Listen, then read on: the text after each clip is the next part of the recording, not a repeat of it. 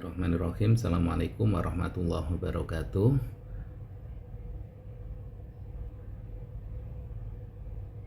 Ah, Terima kasih rekan-rekan. Mohon maaf sekali lagi selalu terlambat untuk memberikan posting asinkronus ya kelas kita untuk manajemen dan resolusi konflik.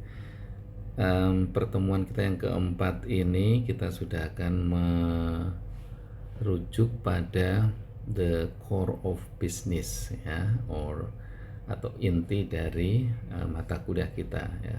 Kemarin kita agak sedikit general.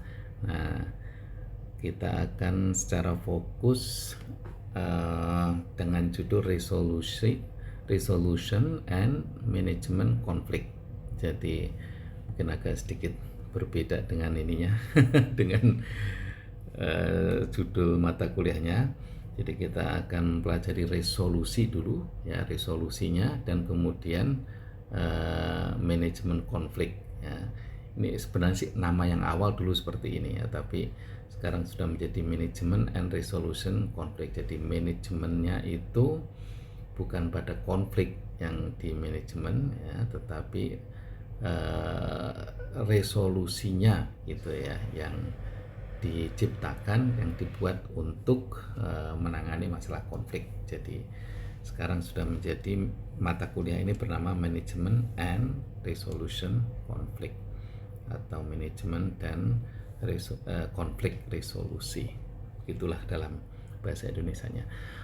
Oke, apa yang ingin kita pelajari di dalam pertemuan keempat ini sebenarnya terlalu masif ya, tetapi nanti saya akan memberikan poin-poinnya, kemudian semoga minggu depan kita bisa offline jadi agak lebih enak gitu ya. Kita akan mempelajari pertemuan sebelumnya kita sudah mempelajari definisi konflik itu apa gitu ya, kemudian background konflik itu apa, jadi mengapa terjadi konflik gitu, kemudian approach-nya ya, pendekatannya itu apa, kemudian case study ya, semoga masih ingat ya. Jadi case study yang sebentar case study yang kita bahas pertemuan sebelumnya itu adalah tentang penerbitan sebuah buku ya. Yang di sini ada 3 waktu itu ya, 3 pengarang ya, atau penulis. Kemudian mereka berkonflik siapa yang menjadi penulis pertama, kedua maupun ketiga ya. Nah, ini kan menjadi ada nilai tersendiri ketika menjadi penulis pertama gitu ya, kedua atau ketiga. Jadi ketika penulis itu royokan siapa yang mau menjadi nomor pertama, begitulah ya, semoga masih ingat. Kemudian bagaimana resolusi dari konflik itu ya, konflik 3 penulis itu. Nah, itulah yang kita bahas juga, sudah adanya pihak ketiga ya, intervensi pihak ketiga, yakni siapa waktu itu, Enter kalau nggak salah ya namanya. Enter ini anak perempuan dari salah satu penulis itu. Nah, oke lah, saya kira secara umum seperti itu. Nah, kita lanjut dengan agak sedikit mendalam ya. Sebentar. Jadi di dalam sebuah konflik ya, itu tentu ada wajah-wajah ya, kita sebut wajah-wajah, tapi maksudnya tidak ada situasi-situasi. Jadi ada 3 wajah ya, power, 3 phases of power gitu ya. Jadi ada 3 macam model situasi ya, dimana situasi itu ada powernya gitu ya, ada kekuatannya ya, ada kepentingannya, ada interest yang masing-masing dari pihak yang berkonflik itu gitu ya. Termasuk juga tentu ada power dari yang menyelesaikan ya, dari yang memberikan resolusinya gitu. Jadi masing-masing baik yang berkonflik maupun yang di luar konflik ya, tetapi mereka ikut terlibat ya di dalam konflik ya, dalam arti positif artinya memberikan solusi atau memberikan resolusi, maka harus ada kekuatannya gitu ya. Nah, sekarang kita lihat ya, dalam konflik, kita kembali pada kasus studi yang minggu yang lalu ya. Jadi ketika anaknya Woodhouse ya, salah satu dari penulis buku itu ya, Enter tadi sudah saya sampaikan ya. Jadi ketika dia terlibat di dalam penyelesaian konflik yang terjadi itu, sebenarnya dia itu sudah saya juga sebut ya minggu yang lalu, itu powerless ya sebenarnya. Dia tidak begitu kuat gitu ya. Jadi ada beberapa cara ya yang dibuat untuk sebuah resolusi itu, pihak yang intervensi itu harus kuat ya, artinya harus powerful ya, dengan segala atribut ya yang ada di belakangnya gitu. Tapi ada kalanya memang tak perlu juga gitu ya kuat-kuat ya di dalam mengintervensi konflik itu ya, tetapi dia menyelesaikan juga gitu ya. Nah, sekarang kita lihat ketika Enter ya, anaknya Woodhouse ini salah satu penulis ya, dia memberikan layanan intervensi ya, komunikasi untuk menyelesaikan masalah itu ya. Dia pikir juga sebenarnya mengapa harus kuat-kuat gitu ya, maksudnya harus dipaksa, kamu harus menjadi yang penulis pertama ya, sementara yang kamu dua, nomor 3 yang selanjutnya ya, atau yang sebaliknya ya, Anda yang nomor 2 menjadi nomor 1. Itu ada pemaksaan semacam itu. Tapi di dalam konflik 3 penulis itu ya, oleh Enter sebagai pihak yang memediasi itu tak perlu ada pemaksaan gitu ya, karena menurut dia kalau dia membuat sebuah paksaan ya, maka sebenarnya hal itu akan menjadi ambigu. Nah ini ya, this is because the term power is ambiguous. Jadi kalau dia betul-betul menggunakan kekuatannya malah semakin ambigu gitu. Tetapi ya, on the other hand, sebaliknya ya, on the other hand, power itu ya memang bisa juga bermakna komen ya, perintah tegas gitu ya, order gitu ya. Jadi komen, order itu hampir sama sebenarnya itu ya, perintah, petunjuk gitu ya.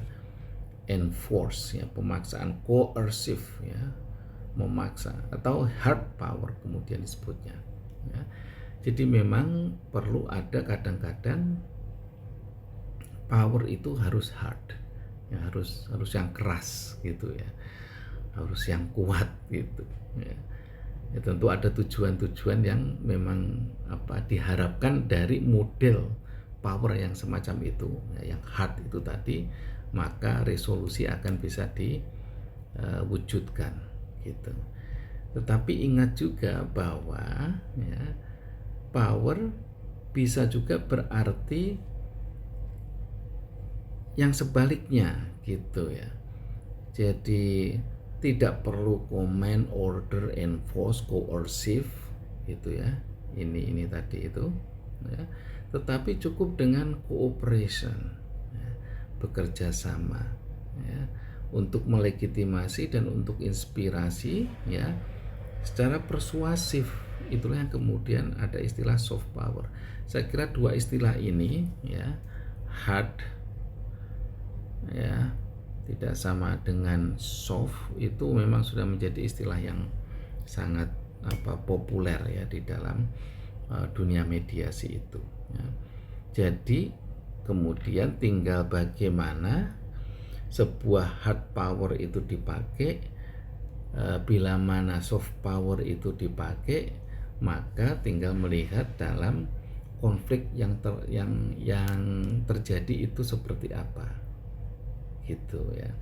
Nah, yang itu dua muka yang pertama ya, hard power muka pertama ya, kemudian soft power muka yang kedua. Nah, Coba kita lihat selanjutnya. Hard power has always been important in violence conflict, ya. But soft power may be important in conflict managed peacefully. Jadi ini yang membedakan. Kalau memang udah konflik itu dengan kekerasan, wah susah juga itu kalau harus pakai soft power. Ya, dipakainya hard power. Ya. Tapi kalau kemudian untuk perdamaian gitu yang sifatnya, maka digunakanlah yang soft power. Nah, face yang ketiga, wajah yang ketiga di dalam resolusi itu adalah disebut dengan threat power. Ya, ini. Ya. Jadi apa yang dimaksud dengan threat power kalau kita terjemahkan dalam bahasa Indonesia itu kekuatan ancaman. Ya. Tidak memerintah, ya, tidak memaksa, gitu ya, tidak pula mengajak kerjasama, ya, yang soft itu, tetapi mengancam, gitu ya. Jadi nanti Anda PR adalah contoh apa namanya itu threat power pernah terjadi itu ya di dunia internasional itu seperti apa ya. Contohnya itu, jadi do what I want, ya, kerjakan apa yang saya inginkan, or I will do what you don't want. Ini maksudnya. Threat power itu terjemahkannya secara apa letterlek bahasa gitu ya. Itu seperti itu. Jadi kerjakan apa yang saya mau, ya, atau saya akan mengerjakan yang Anda tidak mau. Nah, itu maksudnya threat power itu di situ. Nah, itu wajah yang ketiga. Nah, contoh nyatanya threat power ini ada di sini, ya. Following earlier theories ya, not teroris of management labor negotiation, he then further distinguishes between two form of soft power, ya. Kemudian ada exchange power, ya, ini apa namanya itu twist gitu ya, artinya kadang di dalam sebuah konflik itu dua-duanya dijalankan, ya, ada hard power, ya, ada soft power gitu ya. Karena itu sudah merujuk pada sebuah action. Tapi kalau threat power, ya, namanya juga hanya threat, ya. Jadi dia itu tidak action, ya, hanya sebuah pernyataan saja. Nah, oke, jadi tiga wajah itu, ya, tiga wajah kekuatan di dalam sebuah resolusi konflik itu yang sudah saya jelaskan tadi, ya. Oke, ini yang pertama, semoga bisa dipaham. Kemudian yang selanjutnya, ya, dua ini saja ya, masih ada ini nanti kita bicara symmetric and asymmetric konflik, ya, konflik yang simetris, ya, yang sejalur sejalan gitu ya, dan ada konflik yang asimetrik, ya. Wah, ini yang lebih ruwet ini, ya. Jadi terlalu banyak aktor yang ada di dalamnya. Kemudian kita akan mempelajari juga the conflict triangle, ya. Jadi konflik segitiga. Nah, itu kasus Laut Cina Selatan itu sebagai salah satu contoh, ya, konflik segitiga, ya. Atau mungkin ada mau membuat ini contoh lain, ya, cinta segitiga. contoh sosial, ya, itu konflik juga itu, ya.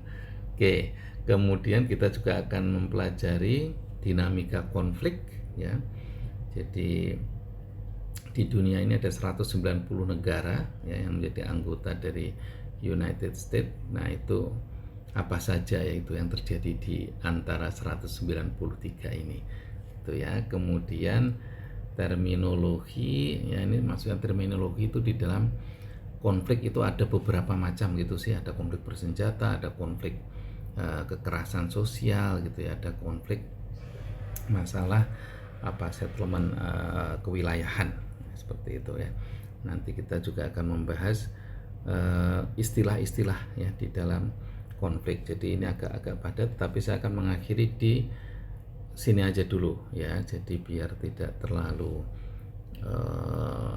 pusing nanti Anda ya. Kalau kita ketemu saja nanti sedikit-sedikit kita akan perkaya gitu ya. Oke, jadi setelah kita memahami 3 wajah ya kekuatan di dalam resolusi konflik, maka kita akan coba memahami juga konflik itu sebenarnya ada di di jalur yang seperti apa gitu ya. Jadi konflik itu kadang ada di jalur yang simetrik ya, ada yang di jalur asimetrik gitu. Yang dimaksud dengan simetrik, kita bacakan saja ya. So far sejauh ini we have been considering, kita telah mempertimbangkan konflik of interest between relatively similar parties.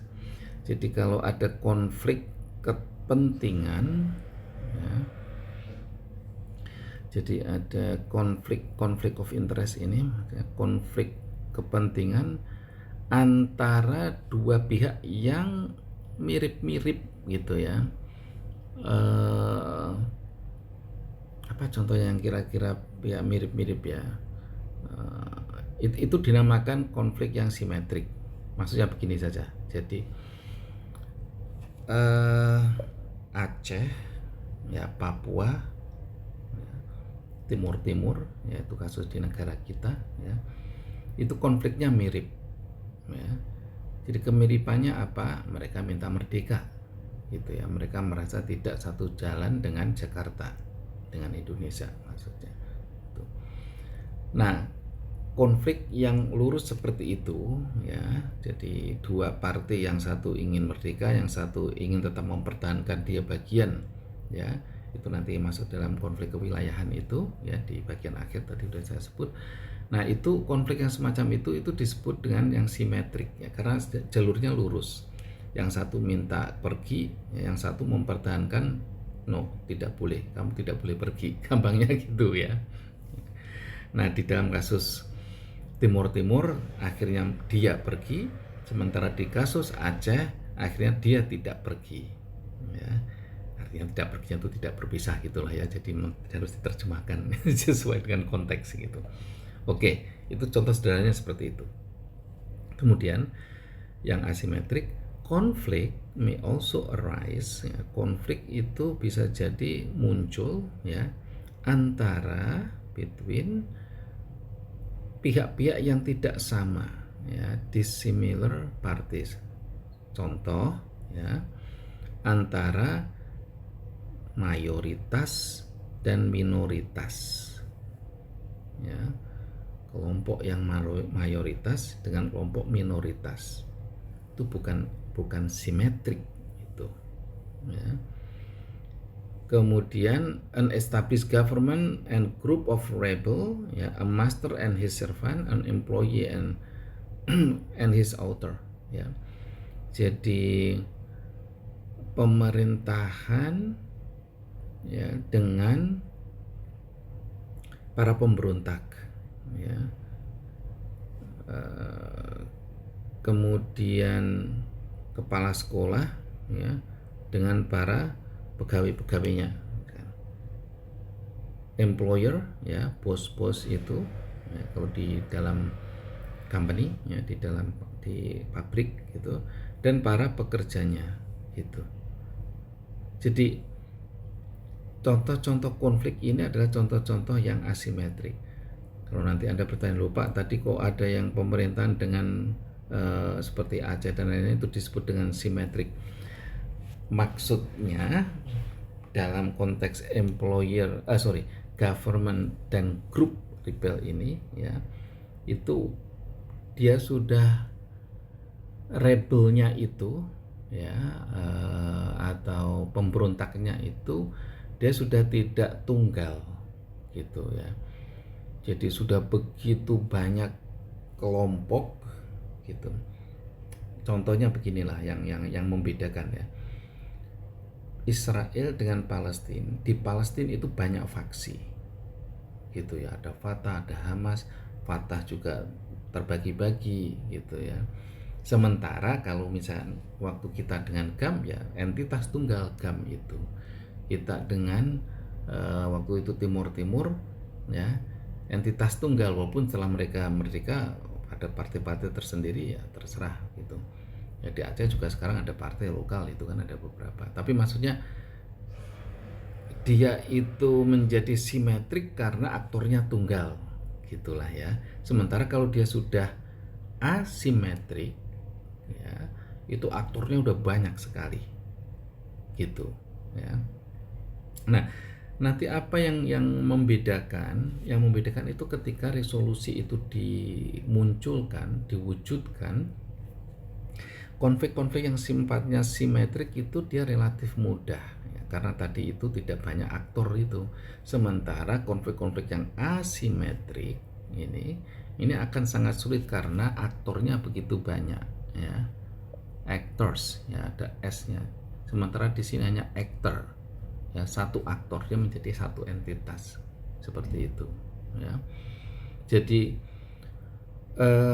bagaimana memahami sebuah konflik, apakah dia itu konflik yang simetrik atau konflik yang asimetrik, kita bisa melihat tidak hanya dari model konfliknya tetapi lebih pada aktor yang terlibat gitu ya, siapa-siapa, kelompok-kelompok mana saja gitu. Semakin dia mempunyai banyak kelompok yang terlibat di dalam konflik ya, semakin banyak aktor yang terlibat di dalam konflik melawan satu party yang melawan satu pihak tertentu ya, baik itu negara atau tinggal melihat konfliknya di mana gitu ya, maka itulah yang kemudian kita bisa melihatnya, memutuskannya bahwa sebuah konflik itu ada konflik yang simetrik atau asimetrik ya.